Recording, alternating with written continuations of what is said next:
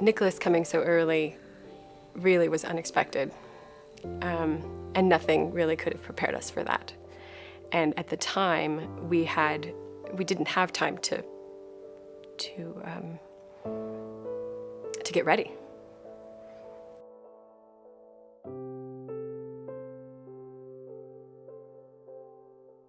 When you enter an NICU, one of the first things that you notice is the amount of tubes and wires and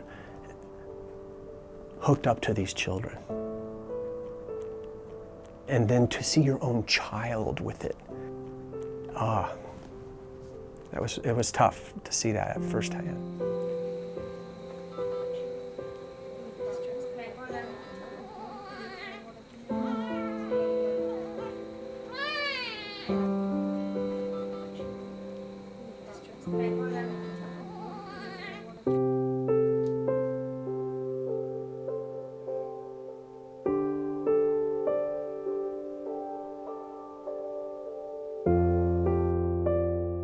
Here you are too early, you are a fetus, you are a well-adapted fetus who for whatever reason had to come out for some mismatch with the maternal womb environment.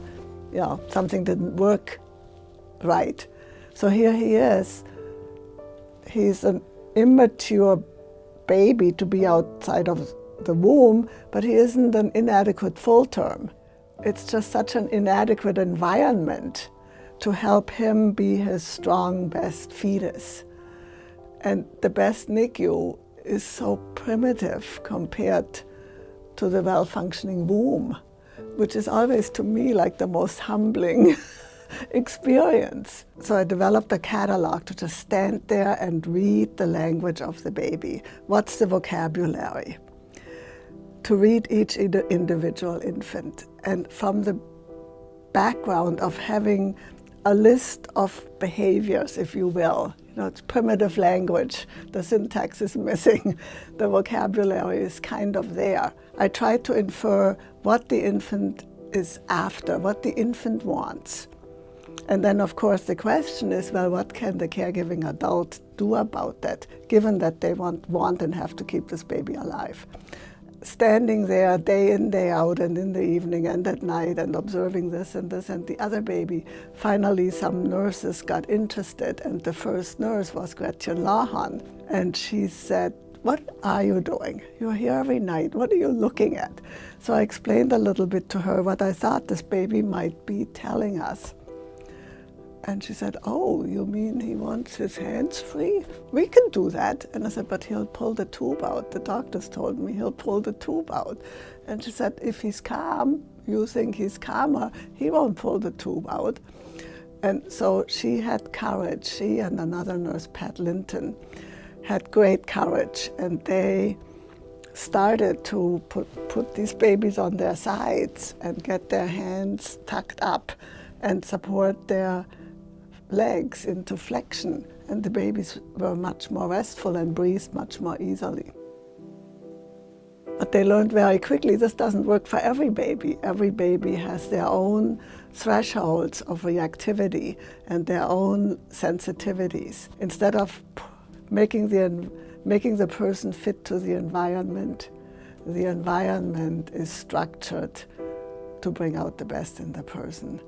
So the nurse manager, Rita Gibbs, she said we have to develop this into a training approach, and it needs a catchy name.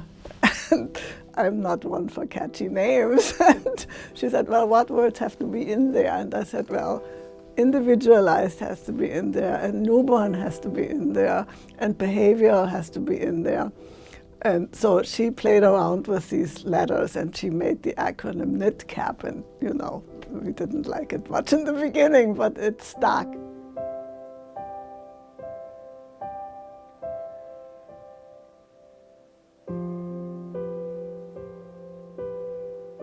Clinical observations and rigorously performed research studies documented that this approach makes a difference. These children who were cared for with the NIDCAP approach showed improved outcomes. They showed improved outcomes in their medical stability. These children gained weight faster. They moved from assisted breathing to breathing on their own faster. They moved to breast and bottle feeding sooner. They were discharged to home sooner. There are also improved outcomes in terms of their development and their behavior and their brain organizations. Premature infants who have been through the NIDCAP program have EEGs that are more mature and put together, and their MRIs show better connectivity between regions. So it cuts down on medical disasters, it improves the financial situation. You're not in the hospital that long.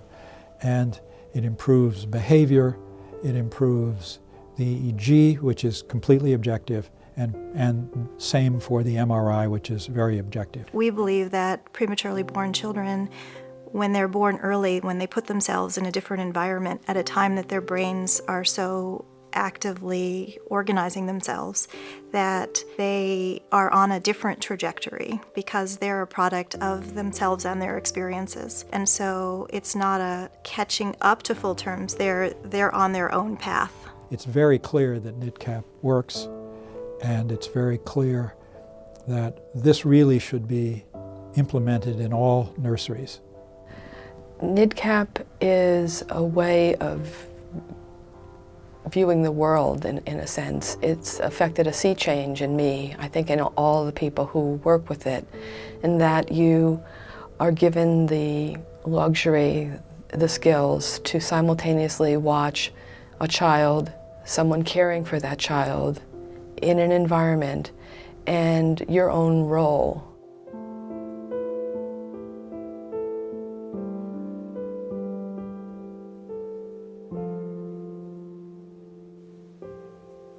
There was just this aha moment when I said, now I get it. I get what he's trying to tell me. When he's hungry and he's struggling too much, I need to back off whatever my plan was for that feeding and figure out what his plan is, what his capacity was, what his capability was. I think one of my favorite parts about doing NIDCAP work is working with the parents and the families.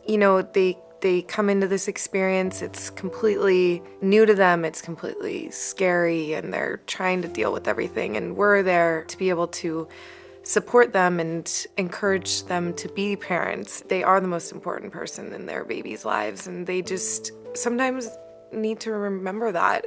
Reading his cues, he was able to tell me when he was ready for the next step. And the next steps were usually very small steps.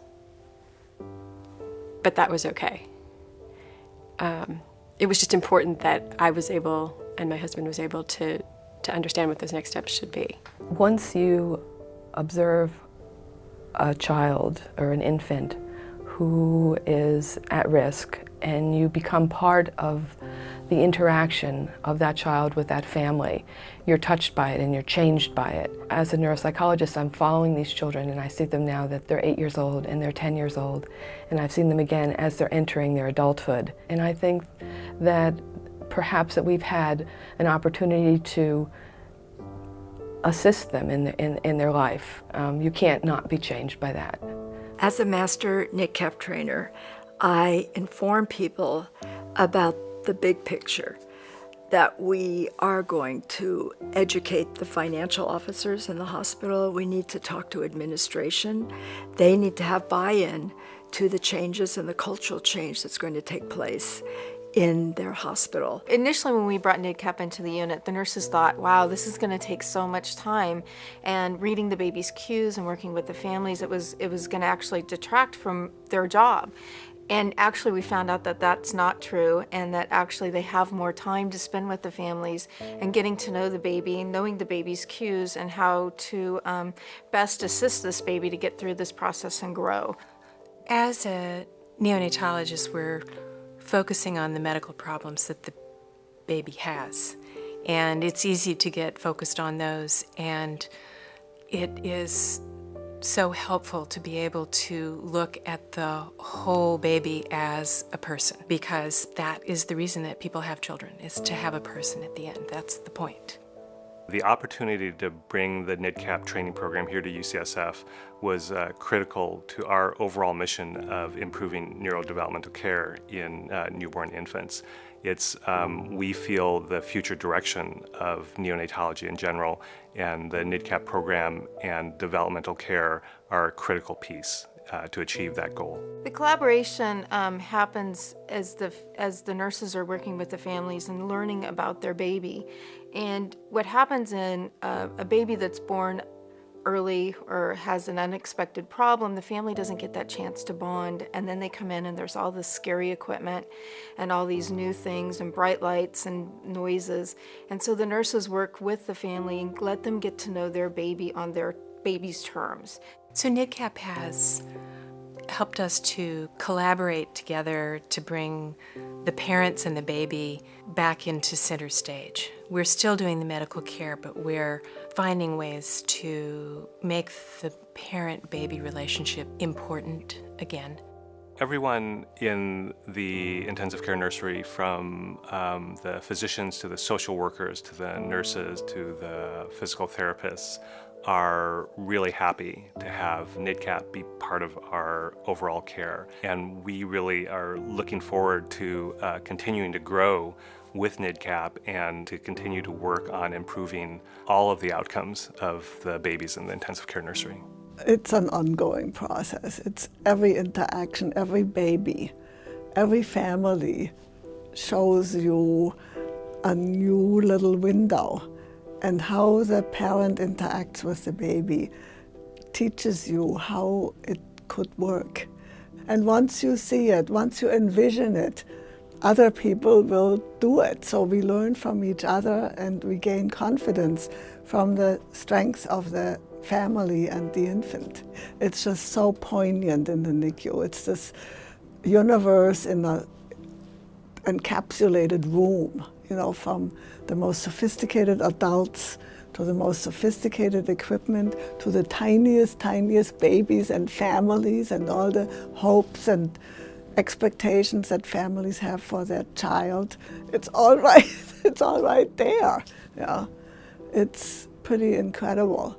It's been a privilege.